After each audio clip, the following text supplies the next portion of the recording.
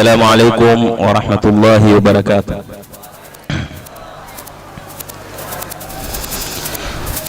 إن الحمد لله نحمده ونستعينه ونستغفره ونعوذ بالله من شرور أنفسنا ومن سيئات أعمالنا. من يهده الله فلا مضل له ومن يضلله فلا هادي له. وأشهد أن لا إله إلا الله وحده لا شريك له وأشهد أن محمدا عبده ورسوله صلى الله عليه وعلى آله وأصحابه والتابعين لهم بإحسان إلى يوم الدين. فإن أصدق الحديث كتاب الله وخير الهدي هدي محمد صلى الله عليه وسلم وشر الأمور محدثاتها وكل محدثة بدعة وكل بدعة ضلالة وكل ضلالة في النار. قال الله تعالى: يا أيها الذين آمنوا اتقوا الله حق تقاته ولا تموتن إلا وأنتم مسلمون. Ndugu Waislamu, namshukuru Mwenyezi Mungu Subhanahu wa Ta'ala kwa fursa hii adhimu, kwa kuwa mbele ya nyuso zenu tukufu kwa malengo matakatifu.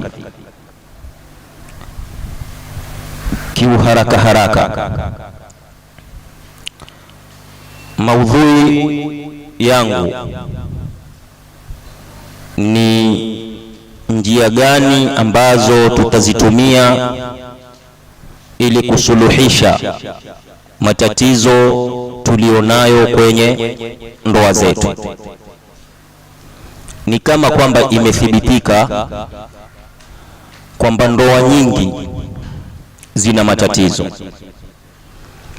Matatizo haya yamesababishwa na nini? Na ni lipi suluhisho la matatizo kama haya? Sisi kama waumini wa Kiislamu, Mwenyezi Mungu Subhanahu wa Ta'ala mambo yetu yote tunayoyafanya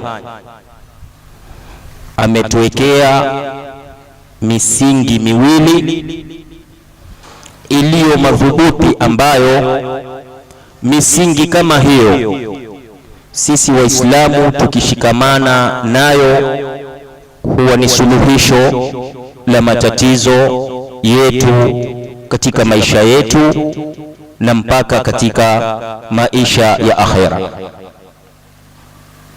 Kwa hivyo humpasa kila Muislamu kwanza kulifahamu hilo. Maudhui ambayo niko nayo nataka nizungumze katika hali mbili. Hali ya kwanza, suluhisho kabla ya ndoa, na hali ya pili, suluhisho ukiwa ndani ya ndoa. Na haya yote yamerudi pale pale katika hiyo misingi miwili ambayo Mwenyezi Mungu Subhanahu wa Ta'ala ametuachia. Mwenyezi Mungu ameleta mifano ndani ya Qur'ani ili iwe ni mazingatio kwetu sisi kwa ile mifano iliyoko ndani ya Qur'an. Kakuta Mwenyezi Mungu amepiga mifano mingi ndani ya Qur'an kutaka umma huu kuzingatia ile mifano na kuangalia suluhisho ni lipi katika yale ambayo Mwenyezi Mungu Subhanahu wa Ta'ala ameyapigia mfano. Nikienda katika kipengele cha kwanza cha tulionayo katika ndoa zetu, suluhisho kabla ya ndoa. Ni lipi suluhisho la matatizo ya wanandoa? Suluhisho la kwanza ni pale mwanamume au mwanamke katika hali ya kila mmoja kuamua kuoa ama kuolewa, mume aangalie yuamuoa nani na mke aangalie yuaolewa na nani. kwa sababu kila kitu kina msingi. Ikiwa ndoa msingi wake si madhubuti, basi jengo la ndoa moja kwa moja litakuwa na misukosuko. Lakini ndoa msingi wake ukiwa madhubuti, basi jengo la ndoa litakuwa ni imara.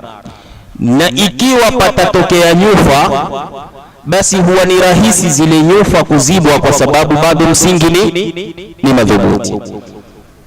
Ndio wanazuoni wakasema, al-lujuu ila shar'i yu'inu ala halli al-mashakil az-zawjiyya, kurudi kwenye sheria ya Mwenyezi Mungu na kuzitegemea sheria za Mwenyezi Mungu, jambo hili lasaidia pahali pakubwa katika kusuluhisha na kutatua matatizo yanayopatikana katika ndoa.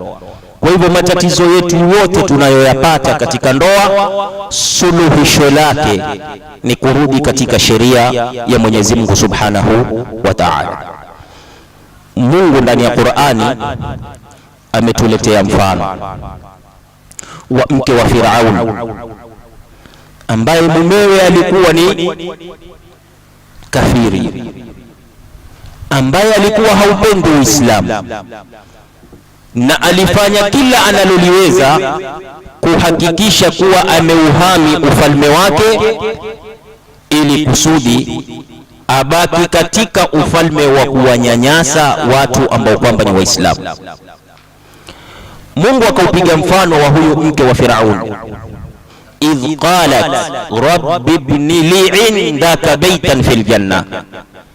Huyu mke wa Firaun alimuomba Mungu akisema, Mola wangu mlezi, nijengee mimi kwako wewe nyumba peponi. Tusimame katika hichi kifungu. Huyo mke wa Firauna amuomba Mwenyezi Mungu Subhanahu wa Ta'ala amjengee kwake yeye Mungu nyumba. Wanazuoni wa tafsiri wasema, ikhtaratil jiwara qabla ad-dari. Huyu mke wa Firauna alichagua ujirani kabla ya kuchagua nyumba. Amuomba Mungu amjengee kwake nyumba, hakumwambia Mungu nijengee nyumba kwako. Alitafuta sehemu ya kujengwa nyumba, kwa hivyo alichagua ujirani, na ujirani hapa ni ujirani wa yeye kwa Mungu ajengewe nyumba.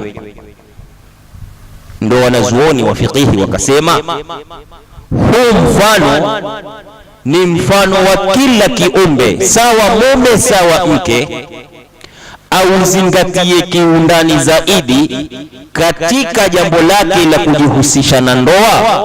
Mtu kwanza aangalie yuwamuoa nani, na mwanamke aangalie yuolewa na nani. Si kuoa tu ama si kuolewa tu. Mwenzako ambaye wataka kumuoa ni nani, na umemuoa wamuoa kwa misingi gani? Mwanamke vile vile, naolewa na nani na naolewa kwa misingi gani? Kwa hivyo hilo la kuchaguana mwanzo, hili ni moja katika suluhisho katika ndoa zetu. Mjukuu wa Mtume sallallahu alayhi wasallam, Hussein bin Ali bin Abi Talib radiyallahu anhu, alijiliwa na bwana mmoja. Huyu bwana akamwambia, qad khataba ibnatayya jamaa faman uzawwijuha. Huyu bwana amekwenda kwa mjukuu wa Mtume sallallahu alaihi wasallam na kumwambia ya kwamba binti yangu ameposwa na wanaume wengi, nimechanganyikiwa, nimwozeshe nani? Huyu mjukuu wa Mtume sallallahu alaihi wasallam akamwambia, mimman yattaqillaha, katika hao waliokuja kumposa binti yako, mwangalie yule ambaye kwamba yuwamuogopa Mungu, ndio ufanye nini? Umuozeshe. Kwa nini anayemcha Mungu ndio muozeshe? Akatoa na suluhisho, akamwambia, fa in ahabbaha akramaha, huyu mcha Mungu katika kumuoa binti yako, ikiwa atampenda basi atamkirimu, atamfanyia ikramu ya hali ya juu. Wa in abghadaha lam yadhlimha, na ikiwa hakumpenda lakini hatomdhulumu. Na yote mawili ni mazuri kwa huyu mwanamke. Akipendwa na mcha Mungu katika muamala wao wa ndoa, huyu mume moja kwa moja atamkirimu kwa ucha Mungu wake alionao. Na ikiwa hakupendezwa na yeye, lam yadhlimha, hato mdhulumu. Kwa nini hatomdhulumu? Kwa sababu yeye ni mcha Mungu na dhulma imekatazwa katika sheria. Kwa ucha Mungu wake hatoweza kuivuka mipaka ya Mwenyezi Mungu Subhanahu wa Ta'ala. Kwa hivyo hapa ikatuonyesha suluhisho katika ndoa zetu, ili wanandoa waishi katika hali nzuri katika maisha yao ya ndoa, ni lazima kutangulizwe dini, ucha Mungu. Ndipo Mtume sallallahu alaihi wasallam akawaambia mawali, idha khataba ilaykum man tardhauna dinahu wa khuluquhu, anapoposa kwenu nyinyi mwanamume mnayemridhia dini yake na tabia zake, fazawijuhu, muozesheni kwa haraka haraka. Amekuja kwenu nyinyi mtu ambaye kwamba mumekinai na yeye kwa tabia zake na mumekinai na yeye kwa dini yake, ni mcha Mungu, fazawijuhu, muozesheni, kwa sababu hilo ndilo suluhisho. Wa illa taf'alu, ikiwa hamtofanya hivyo, takun fasadun fil ardi, takun fitnatun fil ardi wa fasadun arid, patakuwa na fitna katika ardhi na ufisadi mwingi. Ili fitna isipatikane, ufisadi usipatikane, anapokuja mwanamume kuposa mwenye dini yake na mwenye tabia yake, basi kufanywe uharaka aozeshwe. Hapo kutakuwa na maisha mazuri na hakuna mgogoro wowote ambao utajitokeza. Na Allahumma, ikiwa patatokea huo mgogoro, madamu msingi ni misingi ya dini, basi itakuwa kuna njia rahisi za kusuluhisha matatizo kama hayo. Na vile vile kwa upande wa mwanamke, Mtume sallallahu alaihi wasallam akasema, tunkahul mar'atu li arba'i, mwanamke huolewa kwa mambo manne. Mambo manne ni vivutio vya kuwavutia wanaume kuwaoa wanawake. Kasema limaliha, kwa mali yake. Kuna wanaume hupenda kuoa wanawake wenye mali, yeye akapenda nyongo kawankulala tu, taki kwenda kazini kwa sababu mkewe ana mali. Wako wanaume namna hiyo huvutika kuwaoa wanawake wakiwa na mali. Walihasabiha, cheo chake. Wanaume hupenda kuwaoa wanawake waliotoka katika familia kubwa kubwa, wana madaraka, wana vyeo. Walijamaliha, kwa uzuri wake. Walidiniha, na kwa dini yake. Haya mambo manne ni vivutio ambavyo huwavutia wanaume kuwaoa wanawake. Lakini katika manne Mtume alihusia lipi? Fadhfar bidhati dini taribati yadaka. Mtume akatufahamisha kwamba jifungamanishe na ujitafutie mwanamke ambaye kwamba atakuwa na dini, utapata usalama. Kwa hivyo usalama katika ndoa ni mafungamano yako wewe pamoja na yule ambaye kwamba utakuwa naye kwa misingi ya dini, kwa sababu dini ikipatikana ndani ya nyumba, moja kwa moja huwa tumekwisha kusuluhisha matatizo katika matatizo ya ndoa. Wakati wa khilafa ya Umar ibn al-Khattab radhiyallahu anhu, Umar ibn al-Khattab radhiyallahu anhu alipokuwa yeye ni khalifa, jaa ilayhi rajulun, alikuja kwake yeye mtu mwanamume mmoja kutoka Badia, akaja Madina kwa Umar ibn al-Khattab radhiyallahu anhu.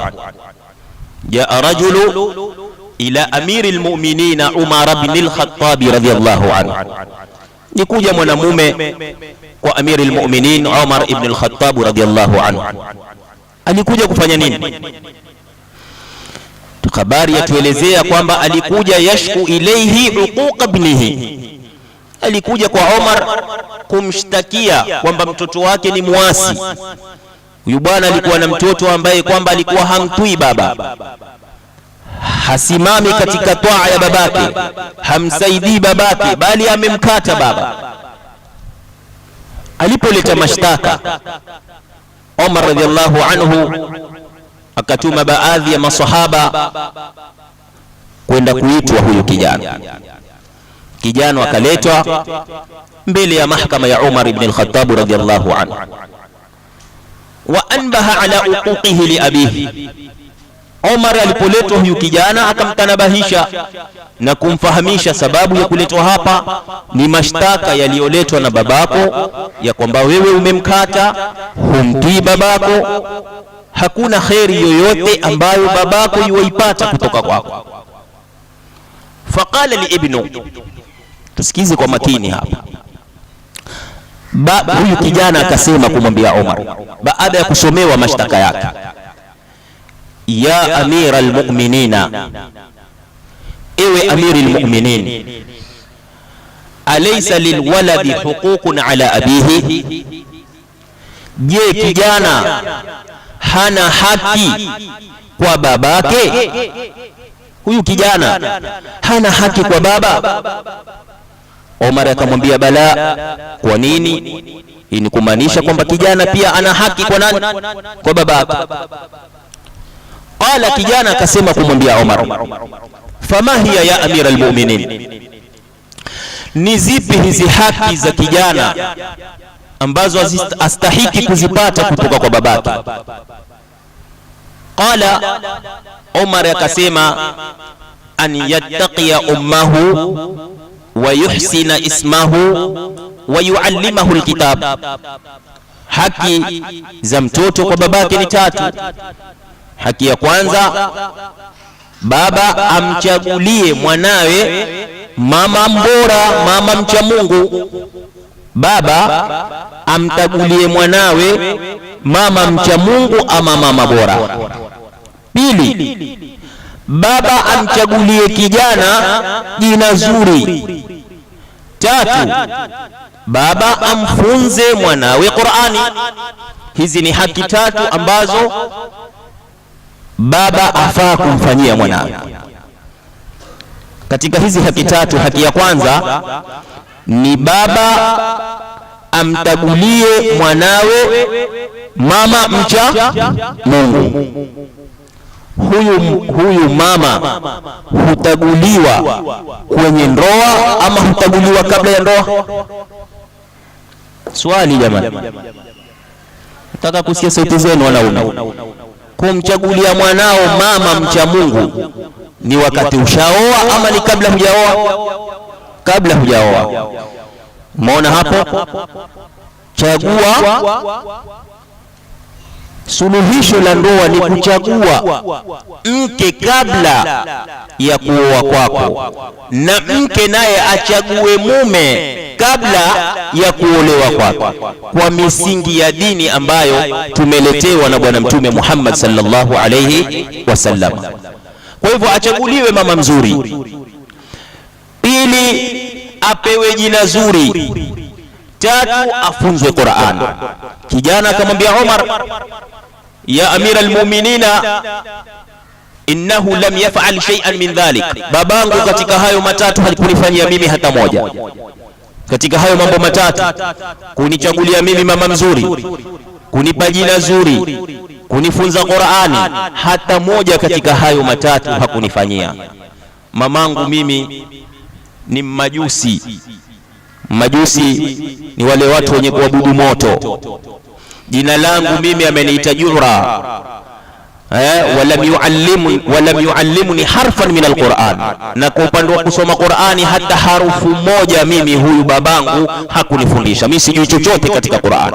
Kwa hivyo hizo haki tatu ambazo kwamba umezisema, babangu hakunifanyia hata haki moja. Faltafata amirul mu'minina ila rajuli. Sasa Umar radhiallahu anhu akazunguka kumwangalia huyu mzee aliyeleta kesi mbele yake. Faqala lahu, akasema kumwambia yeye, ajita ilayya tashku uquqa binika wa qad aqaqtahu qabla an ya'uqqa wa asata ilayhi qabla an yusi'a ilayka. Wewe umekuja kwangu kunishtakia mimi kwamba mwanao yuwakuasi, mwanao amekukata, mwanao hakutii, na ilhali wewe umetangulia kumuasi kabla yeye hajakuasi, kwa sababu hukumpa mama bora, hukumpa jina zuri, na hujampa mafunzo ya Qur'ani, na wewe umemkosea mwanao kabla ya yeye mwanao kukukosea. Kwa hivyo katika hii habari ambayo tumeelezewa imeonyesha wazi wazi kwamba moja katika masuluhisho ya matatizo katika ndoa zetu, twakosea kuweka msingi ambao kwamba ni madhubuti, na msingi ambao ni madhubuti ni mume mwenye dini na mwenye tabia anapokuja kutaka mke, basi kufanywe uharaka apewe mke, na huyu mume naye amlenge mwanamke ambaye kwamba atakuwa ni mwanamke aliyeshikamana na dini. Na nina tanbihi moja ndogo katika masala haya ya kutafuta mwenye dini, ima kwa upande wa mwanamume ama kwa upande wa wanawake. Wengi katika sisi tumekwenda kufahamu ya kwamba mwenye dini ni aliyesoma dini. Wengi tuko namna hiyo.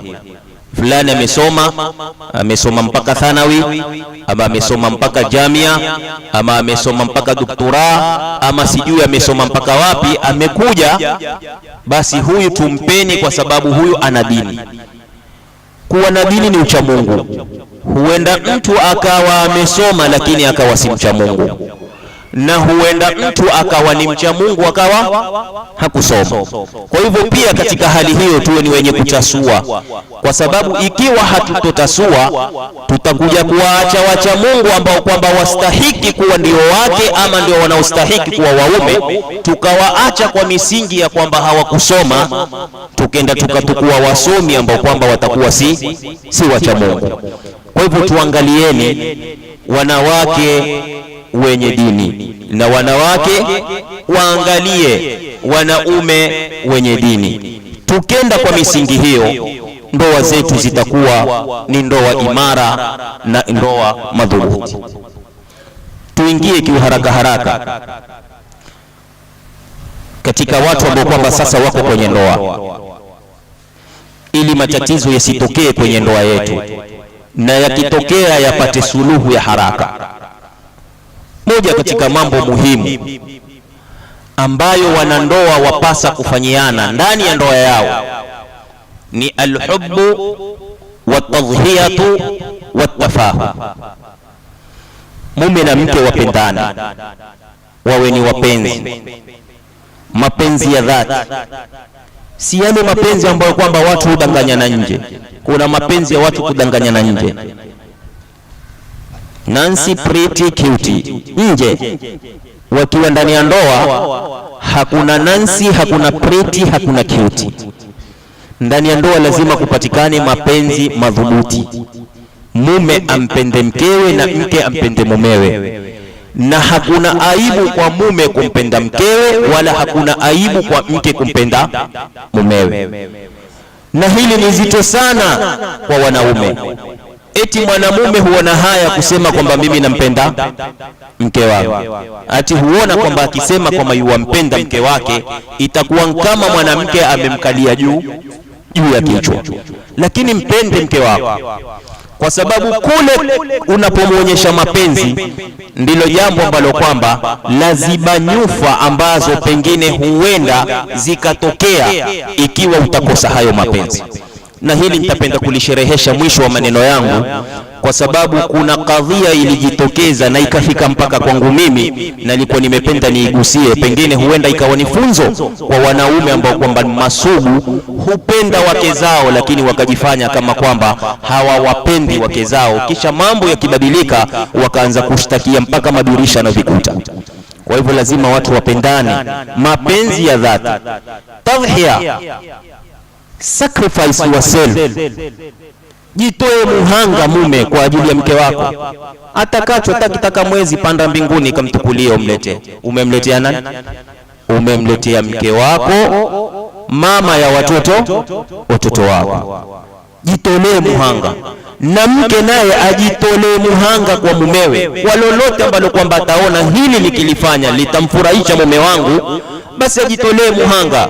Wacha familia ziseme, wacha majirani waseme, lakini walifanya hilo kwa sababu ya kuimarisha nini? Ndoa yako. Pia tafahumu. Tafahumu ni kule kufahamiana, kila mmoja kumuelewa mwenzake. Wajua kuna wakati kila mmoja huwa yuko kwenye mudi mzuri, kuna na wakati huwa mtu hayuko kwenye mudi mzuri. Sasa wewe kama mume unapoishi na mke wako, umfahamu mkeo akiwa katika mudi mzuri, na kama hayuko katika mudi mzuri pia umfahamu mkeo. Na itakuwa ni makosa ikiwa wanandoa wataishi kisha kila mmoja ashindwe kumfahamu mwenzake. Angalia Mtume sallallahu alaihi wasallam alikuwa akiwafahamu wake zake, na hasa Aisha alikuwa na wivu sana. Mtume sallallahu alaihi wasallam alipokuwa akiingia nyumbani na Aisha amekasirika, alikuwa akimtambua, na kama yuko kwenye furaha vile vile alikuwa akimtambua.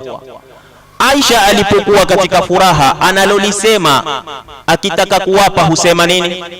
Wa Rabbi Muhammad. Kumtaja nani? Mtume sallallahu alaihi wasallam. Na hapa kwa Mola wa nani? Wa Muhammad. Akiwa yuko katika hasira, amenuna, pengine amemwona Mtume amechelewa kwa Zainab kama tulivyoelezewa hapa, kwa sababu Mtume alikuwa akipenda sana kwenda kwa Zainab. Alikuwa akitengenezwa fresh juice ya asali. Mtume alikuwa akipenda sana. Aisha alipokuwa akinuna, akijua Mtume ameenda kwa mke wake fulani, amekaa sana, akija nyumbani Mtume akizungumza naye kama ni mahali pa kuwapo, utamsikia Aisha akisema wa Rabbi Ibrahim. Hataki kumtaja Mtume, ati wa Rabbi Ibrahim. Kiapo sawa sawa, wa Rabbi Muhammad ni Mungu wa Muhammad, Rabbi Ibrahim ni Mungu wa nani? Wa Ibrahim. Lakini Mtume akimsikia Aisha amesema wa Rabbi Muhammad, ajua yuko kwenye fresh mood. Akimsikia yosema wa Rabbi Ibrahim, amjua huyu leo hapa kuna kizaazaa. Kwa hivyo hutumia ule wanaume wake wa kuhakikisha ya kwamba amemleta katika nini? Katika mudi mzuri. Waweza ukaingia nyumbani wewe ukamkuta mtu ankununia tu kwa jitu akipeleka huko. Fahamu tu kwamba hapa hizi miwako hizi zinazowaka leo hapa kuna nini? Kuna kasheshe. Sasa tumia hikma na busara kama mwanamume, ufanye nini? Ulitulize lile joto. Lakini usiende ukakuta mahali kuna waflashiwa na wewe ukafanya nini? Ukaziwasha. Subhana malikin nas. Itakuwa hapo kama mwanamume hukujukumika katika kuileta ndoa yako kuwa ni ndoa madhubuti. Kwa hivyo sisi wanaume lazima tuwafahamu hawa wanawake, na wanawake vile vile lazima wawafahamu wanaume, kwa sababu katika kufahamiana ni moja katika mambo ambayo kwamba yatasababisha ile ndoa iwe ni ndoa madhubuti. Sasa baada ya kila mmoja ametumia diplomasia zake kama mwanamume, na mwanamke naye ametumia diplomasia zake kama mwanamke, imefika kiwango hakuelewani, vurugu, lakini misingi iko na ni misingi ya dini. Fa in khiftum shiqaqa bainihima fab'athu hakaman min ahlihi wa hakaman min ahliha in yurida islaha yuwaffiqillahu bainahuma. Ndipo pale sasa ikiwa ni mpaka kutiwe watu pia ili wasuluhishe hawa wanandoa wawe pamoja, pia kutumike watu kwa upande wa mke waje na watu kwa upande wa mume waje, wakae wote kwa mara moja, wakae wazungumze, mwenye haki apewe haki, mwenye kosa apewe kosa, kusuluhishwe na mambo yazidi kuwa mazuri. Kwa hivyo watu wahurumiane ndani ya majumba. Angalia Mwenyezi Mungu ametupatia mfano. Kuna swala aina tatu Mwenyezi Mungu amezitaja ndani ya Qur'an. Swala ya kwanza Mungu asema inna Allaha wa malaikatahu yusalluna ala nabi ya ayyuhalladhina amanu sallu alayhi wa sallimu taslima. Mungu na malaika wamswalia mtume. Kisha Mungu atutaka sisi waumini pia tufanye nini? Tumswalie mtume. Mwenyezi Mungu Subhanahu wa Ta'ala yeye na malaika wake wamswalia mtume Muhammad sallallahu alaihi wasallam. Kisha Mungu akatutaka na sisi waumini tumswalie nani? Mtume. Na kumswalia mtume ni kumwombea rehma, na mtu akikuombea rehma amekuombea mazuri. Hiyo ni swala ya kwanza. Swala ya pili, Mwenyezi Mungu na malaika wake watuswalia sisi waumini. Huwa alladhi yusalli alaykum wa malaikatuhu, yeye Mwenyezi Mungu ndiye ambaye kwamba anawaswalia nyinyi waumini, tena yeye na malaika wake. Mungu na malaika hutuswalia sisi waumini kama alivyomswalia nani? Mtume sallallahu alayhi wasallam. Kisha Mungu swala ya tatu akamwamrisha mtume na yeye afanye nini? Atuswalie sisi, aliposema khudh min amwalihim sadaqa tutahhiruhum wa tuzakkihim biha wa salli alayhim. Mtume waswalie hawa watu. Mungu malaika wamswalia mtume, akatuamrisha na sisi tumswalie mtume. Mungu malaika atuswalia sisi, Mungu akamwamrisha na mtume naye atuswalie sisi. Hii ni kuonyesha hapa kwetu sisi waumini kuna mafunzo makubwa sana. Mungu hahitaji chochote kwa waja wake, bali sisi ndo tunamhitajia Mungu. Lakini pamoja na hivyo Mwenyezi Mungu bado aturehemu na kututakia sisi mazuri. Kwa nini wewe mwanamume katika ndoa yako ushindwe kumrehemu uliye naye nyumbani, ili kusudi kuhakikisha ya kwamba ndoa yako haiwi ni ndoa yenye matatizo? Arrahimuna yarhamuhumur rahman, irhamu man fil ardi yarhamukum man fis sama. Tukihurumiana ndani ya majumba yetu, tukisikitikiana ndani ya majumba yetu, ndoa zetu zitakuwa ni ndoa madhubuti, zitakuwa ni ndoa imara ambazo zitakuwa hazina shida yoyote. Nikimalizia na kile kifungu cha kupenda, mpende mkeo na mke ampende mumewe. Kuna kadhia fulani ilifikia nikahusishwa katika kutatua swala kama hilo, na mtaniruhusu niseme kila kilichojiri. Mtaniruhusu niseme kila kilichojiri kwa sababu niliingilia vilivyo. Mwanamke aliolewa na kikweli mume aliyemuoa kisisi usema si kufu yake. Mwanamke alikuwa ni mrembo kupita kiasi, lakini mwanamume alikuwa si kufu kwa yule mwanamke. Lakini mwanamume afanya kazi benki na sisi tumesawazwa na pesa. Fanya kazi benki na cheo kikubwa, pesa, gari, nyumba mzuri. Lakini huyo mwanamume alipendwa mashallah na mke wake, na Mwenyezi Mungu alimpa mapenzi mwanamke kumpenda yule mwanamume. Na mwanamume kwa hadhi alionayo kwa yule mwanamke, kichwa chake kilifuraha kwa kuona kwamba hapo ulimwenguni hakuna mume ndiye tu, kwa mapenzi aliyopata kwa yule mwanamke. Akafanya godi na kuanza kumdharau yule mwanamke, kamdharau kwa kubwa sana, mpaka watu wakawa hulalamika, mwanamke huyu alivyo mzuri, akiatwa na nyangarika huu, sio wanaume tele huku watamuoa, lakini bado ameshika pale pale na mwanamume yuamdharau, yuamtesa mpaka kumpiga. Lakini yote haya mwanamke akionyeshwa na familia zake na wanawake wenzake alikuwa hayaoni. Yeye lakini lile la mapenzi wampenda, akampenda miaka ingia miaka toka. Na mwanamume tabia yake haikubadilika, ikawa vile vile yuwapendwa, lakini yeye haonyeshi mapenzi. Kafika wakati mwanamke akasema this is too much, hapa palipobaki sasa basi. Mwanamume ametoka amekwenda zake kazini, mwanamke naye akafunga zirago akaenda zake kwao. Alipokwenda kwao, mume akirudi 11 kutoka kazini, mke hayuko. Katukua simu akampigia, uko wapi? Ni kwa nyumbani. Nilikuwaje ukatoka bila ruhusa yangu? Hajui kama mambo mbadilika Akamwambia samahani mama, nipigia simu na kupatia nusu saa usharudi, na kama ukurudi utanijua mimi ni nani. Mwanamke akamwambia sawa naja. Kwa unyonge vile vile anavyokuwa mnyonge kila siku. Nusu saa ikapita, hakuja. Kukadhini wa magharibi hakuja, kumeingia saa 1, kumeingia saa 2, kumeingia saa 3. Nyumba imekuwa moto sasa. mume hana usingizi, mpigia simu, wewe hujaja? Wallahi nakwambia ikipita nusu saa utakuja kulala mlangoni hapo, manake sikufungulii. Yeye amezoea, yeye ni sauti yake iko juu tu kila siku. Mwanamke kwa kwao yeye alitoa koromo habari haya. Na wanawake hawa wazuri kisha wabaya, wakipenda hupenda na wakitukia subhanallah. Wenyewe wakwambia uenda kwenye shimo la choo, akaliangalia lile shimo la choo akavutelea harufu akatapika. Akimaliza matapisha ashakusahau, ashakutoa moyoni. Kwa hivyo chungeni wanaume, mkipendwa pendeni, mtakuja kupendwa kisha mambo yawe yameharibika.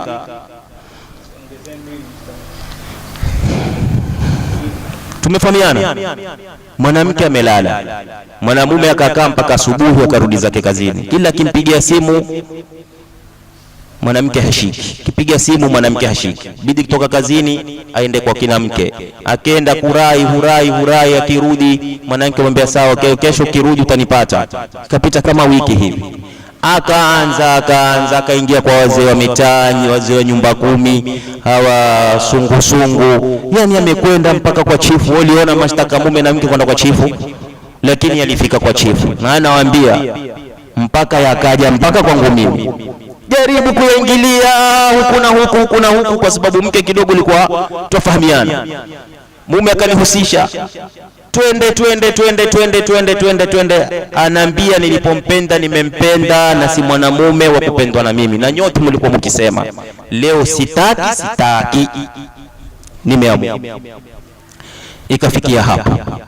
Ilipofikia hapo, mume wiki 2 sasa amegurwa, mashati na masuruali yamekuwa hayamshiki tena. Sasa ameanza kukwea, ameanza kukonda, kwa mfura kitumbo fresh. Mwanamke kwa kimpenda kimwangalia vizuri. Sasa dhiki imemshika, mahaba ndio yamshika yeye. Mwanamke ashamaliza nini? Ashamaliza mahaba.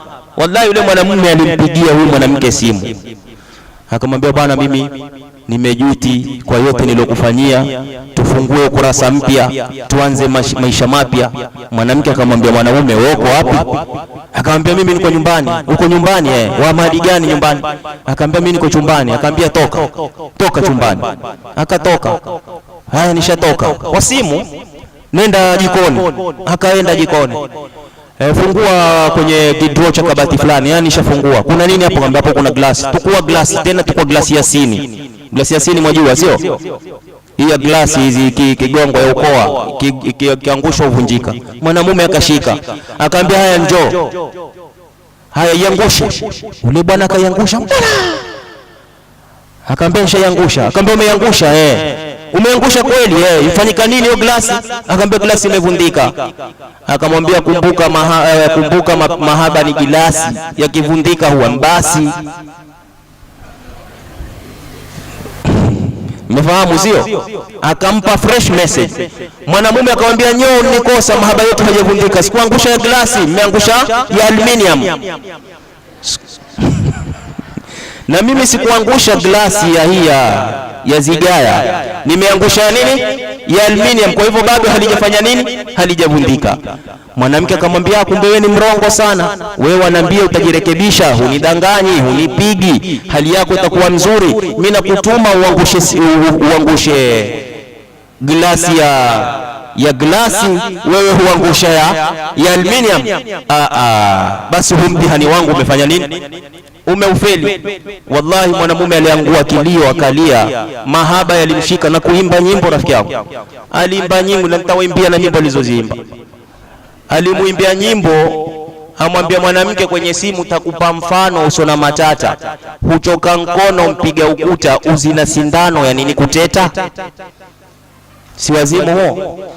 Alipoimba mwanamke akaona huyu sasa ameanza mahaba kisha. Akamwambia mwanamke naye kumjibu mwanamume, kweli mahaba ni tamu, ila yataka kulindwa. Sipende mwenda wazimu asojua la kutenda, penda mwenye nafahamu na kama yeye apenda.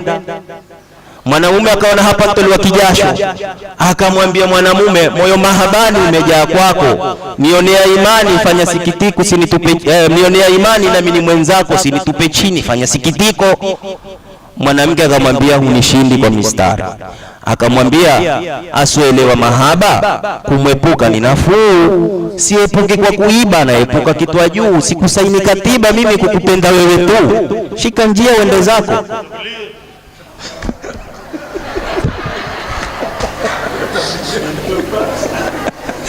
Tumefahamiana wanaume? Tumefahamiana wanaume? Kwa hivyo jamani, mahaba yataka mapenzi, si mapenzi ya urongo. Yale tulielezwa na Usufu Abdu hapa na Sheikh Hassan. Tuweni wapenzi wa kikweli, tushikaneni vizuri na wake zetu ili ndoa zetu zifanye nini? Zidumu. Kwa hivyo kabla tujaoana, tuoane kwa misingi ya dini, na tukiwa katika ndoa zikitokea tofauti pia zitatatuliwa kidini na mambo yetu yatakuwa mazuri. Kwa haya machache, Mwenyezi Mungu Subhanahu wa Ta'ala atujalie min alladhina yastami'una alqawla fayattabi'una ahsana. Pia natoa udhuru kidogo, leo ndo mara yangu ya kwanza kuzungumza mbele ya wanawake.